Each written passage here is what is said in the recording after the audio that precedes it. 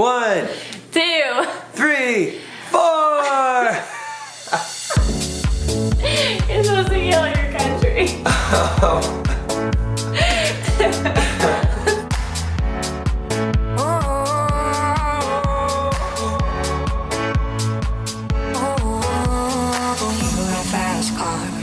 I wanna take it to anywhere. Maybe we'll make a deal. Maybe together we can get somewhere. Any place is better. What's up, guys? So we are countdown 2 months away from leaving. So we're still figuring out exactly where we want to go. We're trying to figure out our game plan. So we're just kind of brainstorming on our 5 must-see places. So we're going to discuss with you guys where we want to go, why we want to go there, and our expectations for when we get there, because I guarantee it won't be the reality. No, I doubt it. So we've been planning this trip for well over a year now, and from the beginning it has shifted so much since we first started planning this. The more we research, the more we talk to people, the more we look into the different weather conditions in each of the places that we want to go.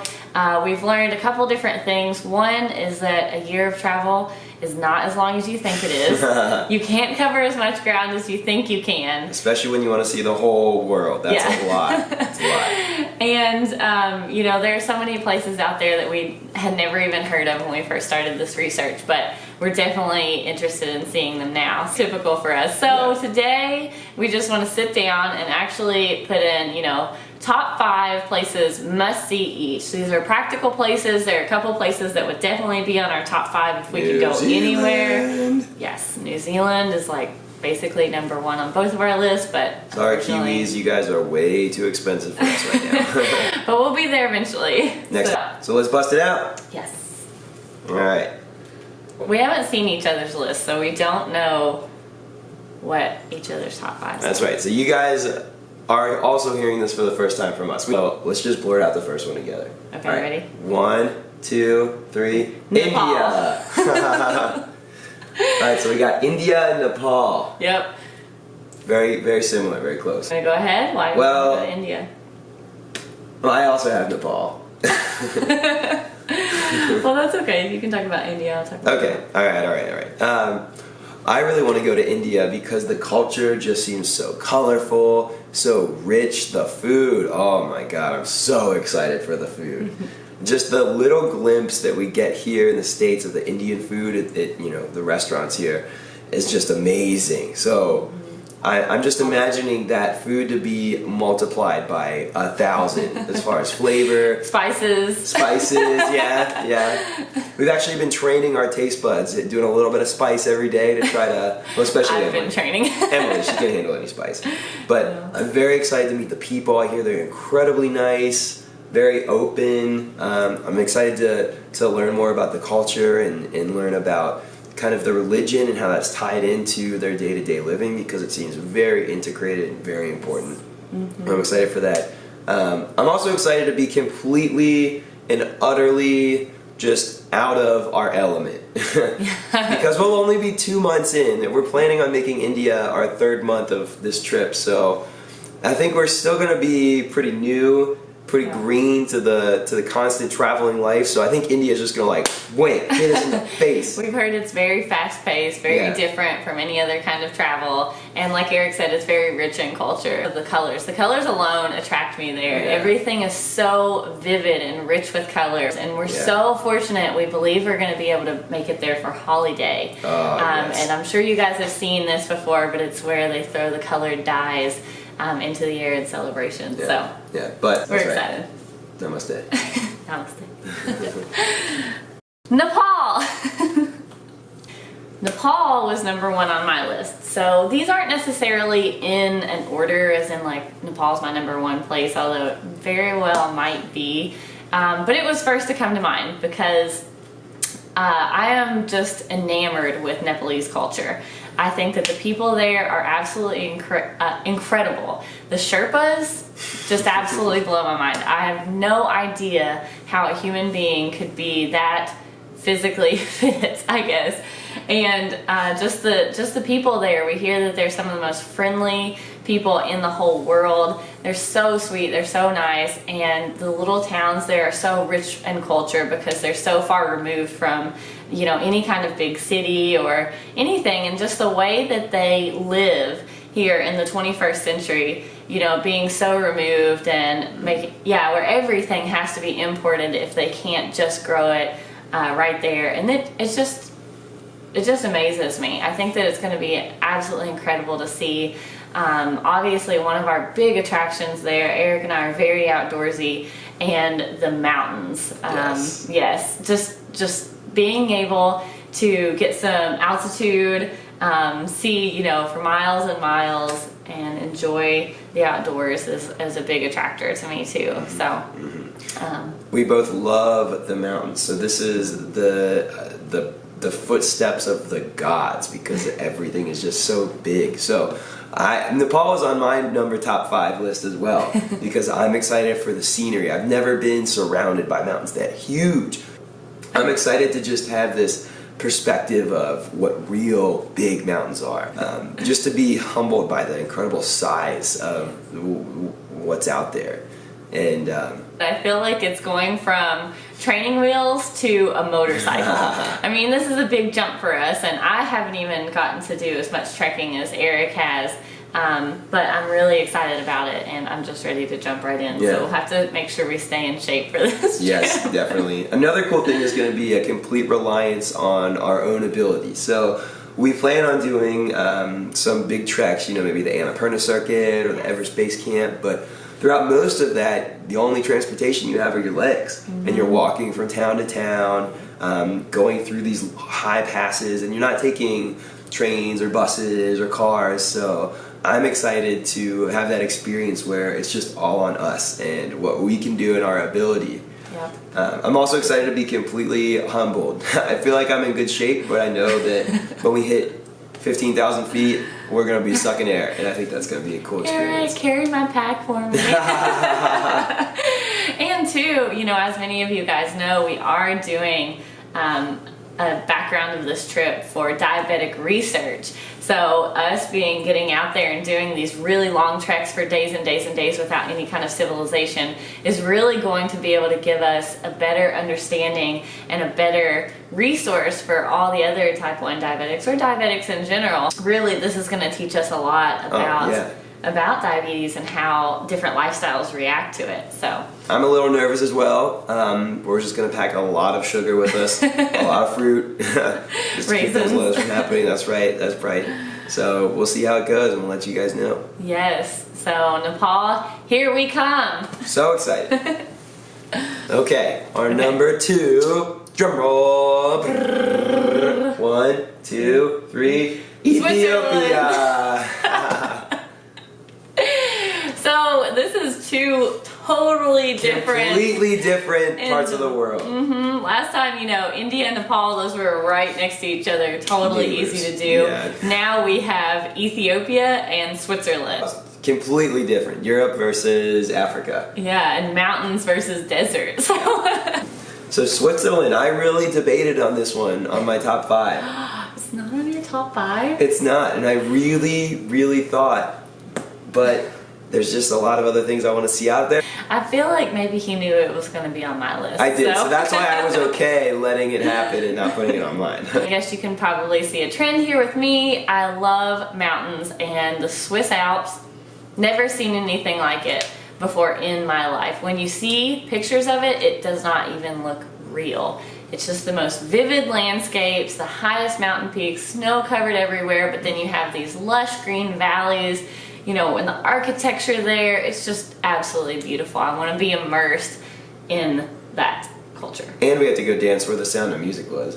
Yes, absolutely. Hills are alive with the sound of music. Awesome. I'm excited too, especially for the chocolate, for the cheese, but definitely for the mountains as well. So hopefully we're getting a lot of hiking and trekking in the other footsteps of the gods in the world. Ethiopia! But you may see a trend here, and I think that my stomach definitely guides many of where I want to travel, but Ethiopian food is probably my second favorite kind of food in my experience that I've had. And next to Indian food, Ethiopian food is right there. And I love how it's displayed when you eat it. So they have this very thin bread. It's called injera bread, and it's laid out on a large platter, and then you put your individual dishes of meat, vegetables, and then instead of using silverware like we do here in the Western world, they have more of this injera bread, these rolls of this spongy, pliable bread, and you pick the food up, and then it just goes right in your mouth. So you're eating with your hands. It's okay to eat with your hands. And the breaking of the injera bread is actually has a lot of meaning behind it. It's to demonstrate friendship and sharing, and it's really kind of a sacred moment, you know, between you and whoever you're with, because, you know, food is something that helps keep us alive, and it's something that really connects people. So the injera bread and the Ethiopian food in general has such a rich meaning behind it, which is also really attractive too, and it just makes it more fun to eat. Yeah, I think it's going to be great. Why it's on my top 5.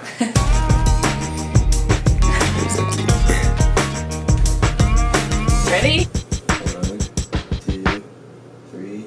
Albania! Whoa, wow, Albania? Okay, all right, Ireland. Okay. Wow, okay. I think that you should definitely go first because I'm very intrigued on your number 3. All right. Albania. Okay, so I'm Albania. super excited to hear about this. Albania? The Black Horse. Whoever would have thought Albania, a tiny country in Eastern Europe? Well, we're planning on spending a decent amount of time in Eastern Europe, and I'm excited for Albania because it's one of those kind of not quite overrun tourist places, but it's gorgeous, it's beautiful, and it's just recently been open to tourists to come in the past 10-15 years. So Albania used to be, it has a rich history and used to be a part of the Soviet Union. So I'm excited to see that part of Eastern Europe and see that part of the history and talk to people that were there when it was the Soviet Union, some of the older people, to kind of learn what that culture was like, and then talk to some of the younger people and see the other side of that. So I'm really interested to talk about the history and learn that side of it. And you really can see it from the architecture as well. You kind of see the old, blocky, Russian, USSR kind of buildings. So I think that would be really cool to see. Maybe not the most exciting architecture, but very, very rich in history. What I've seen is just rolling hills dotted with sheep and shepherds and these little houses. There's a hike that crosses Albania, Montenegro, and I think Croatia. Ooh, yes, and there's absolutely no hostels, no hotels. You're only staying in these shepherds' houses. So I cannot wait for that experience to really live as they live. And you know it's meant for you. Then you drop what you were doing and you join the merry mob. And before you know just where you are, you're in an Irish pub. Because it's Ireland. I mean, I feel like your last pick was kind of off the grid, whereas mine is probably one of the most on the grid. On the grid, yeah. But with that being said, it's on the grid for a reason. It's just gorgeous there, and all I can say is green. Green everything. Every picture I ever see, it's all green. Just hills and rolling hills and the cliffs of Moher. It's just green, green, green. And I'm excited. Absolute beauty everywhere. And we're going to look for a pot of gold. While working on our accents. I'm so sorry that these are so bad. But excited to maybe road trip around there because it's kind of small, so we could just hop in a car and whoop, go all around the country, so that will be very exciting. A lot of people speak English there, and I hear that the best experiences are staying in little B&Bs, and I have a friend that went there who stayed in a little bed and breakfast with a little old granny. She said she got up so early to cook her a traditional Irish breakfast. You know, it's very hearty and thick. Beautiful. And it's just that home cooked comfort food that I'm so excited to try. 1, 2, 3, Nepal! Well, mine, Nepal, I feel like we already talked about at great length, so we can move right on along and truck to Croatia. Yes, so Croatia. I do think it's really cool that Nepal is that we want to go there so bad. This is the only country that we have matched up on. So I'm a little surprised that we didn't have more match up. I am too. We still have one more. Big world out there. So. Yeah. So, Croatia. One word. Waterfalls. Yes. I have a huge obsession with waterfalls. I love them. I got to hike to Havasu Falls, which is in Arizona in the Grand Canyon. If you have not heard about it, go check it out. But Croatia has waterfalls everywhere. They have the most mystical looking waterfalls. And that's saying a lot because we've been to Norway where there's a million waterfalls. So many waterfalls. As well. Yeah. So we are referencing Plitvice National Park, if I'm saying that correct, right? But it's the oldest national park in southeastern Europe. It's got, just like I said, waterfalls everywhere, which just will automatically attract me almost anywhere. I will do hours and hours worth of hiking just to see a waterfall.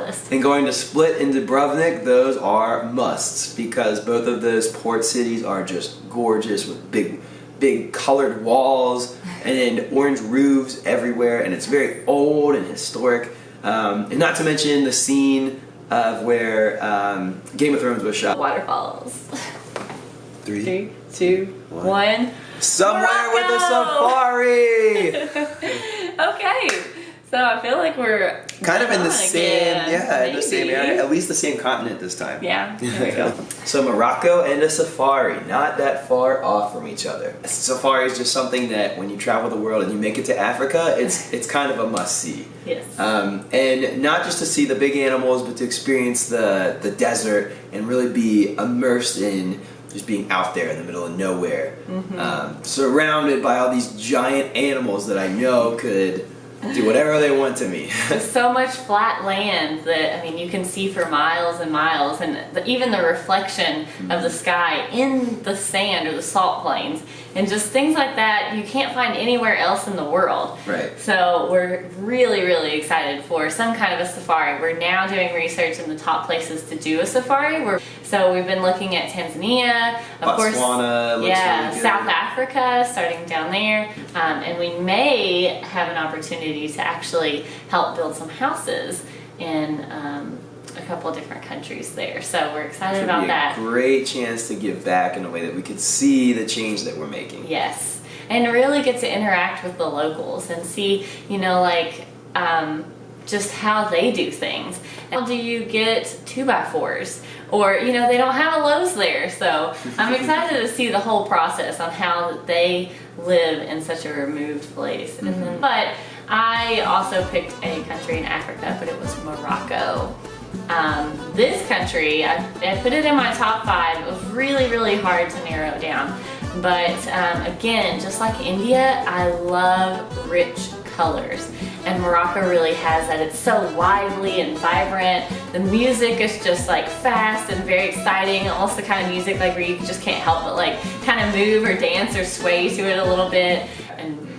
And all the different influences that it has there. So Morocco, definitely on the top 5. Safari, definitely in there too. We're just not sure where yet. So many places. There's so much. We could go on and on forever. And some places we didn't add just for the simple fact that we already knew we were going there. We already had flights. Yeah, so that's stuff. Yeah. So these are unplanned places, the top 5 for each of us. But we'll see how they unfold, and we'll let you know what it's like when we get there. Thank you guys for watching. We hope you enjoyed, and we hope that we can deliver some awesome stories from these really cool places. Yes, if you have any suggestions, please let us know in the comments below or shoot us a message.